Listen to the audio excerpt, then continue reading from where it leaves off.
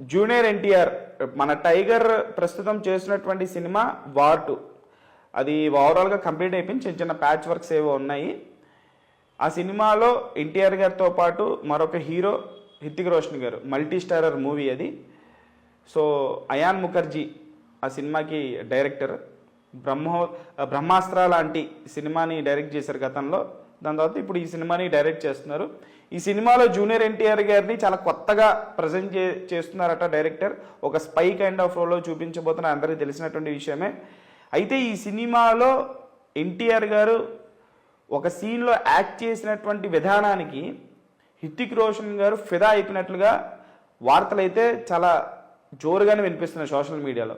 Junior NTR గారు ఆయన ఎంత మంచి యాక్టరో, ఒక 2 పేజీలు 3 పేజీలు డైలాగ్ ఇచ్చేసిన గ్యాప్ లేకుండా సింగిల్ టేక్లో చెప్పగలిగేటువంటి ఒక గొప్ప యాక్టర్ జూనియర్ ఎన్టీఆర్ గారు.